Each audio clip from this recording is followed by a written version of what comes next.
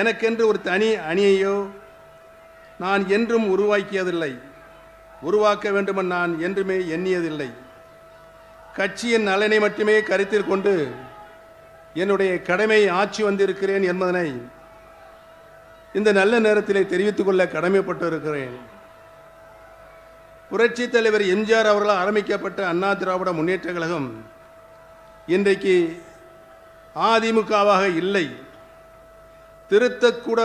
திருத்தக்கூடாத கழக விதியாக இருந்த தொண்டர்கள்தான் தலைமைகளை தேர்ந்தெடுக்க வேண்டும் என்ற எம்ஜிஆரின் விதி திருத்தப்பட்டது.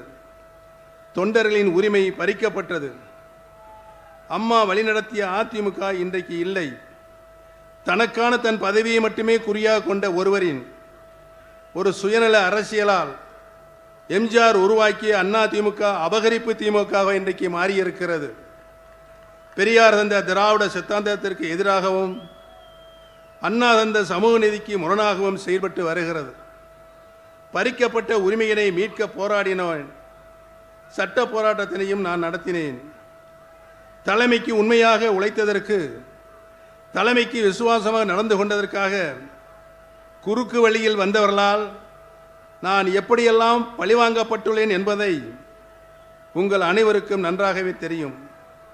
அப்படி பழிவாங்கப்பட்ட என்னை அன்போடு அழைத்து பண்போடு பாசம் காட்டி அம்மாவின் அரவணைப்பை எனக்கும் என்னை சார்ந்தவர்களுக்கும்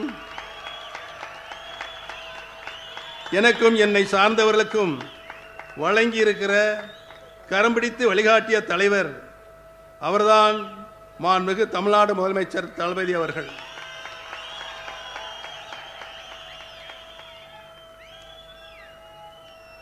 சட்டத்தை வளைத்து திட்டம் போடலாம், கழக சட்ட விதியை மாற்றி வட்டமும் போடலாம், தொண்டர்களின் உரிமைகளை பறித்துவிட்டு தொண்டைகளிய கத்தலாம், கட்சியை கைப்பற்றலாம்.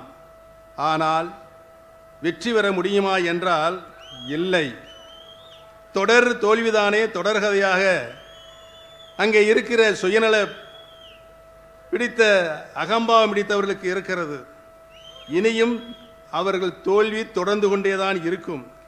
8 தோல்வி அல்ல, 10 தோல்வி அல்ல, அவர்கள் வாழ்நாள் முழுவதும் இன்னும் தோல்வியைத்தான் அவர்கள் காணப்போகிறார்கள் என்பதனை இங்கே குழுமி இருக்கின்ற கூட்டம் நிரூபித்து காட்ட இருக்கிறது.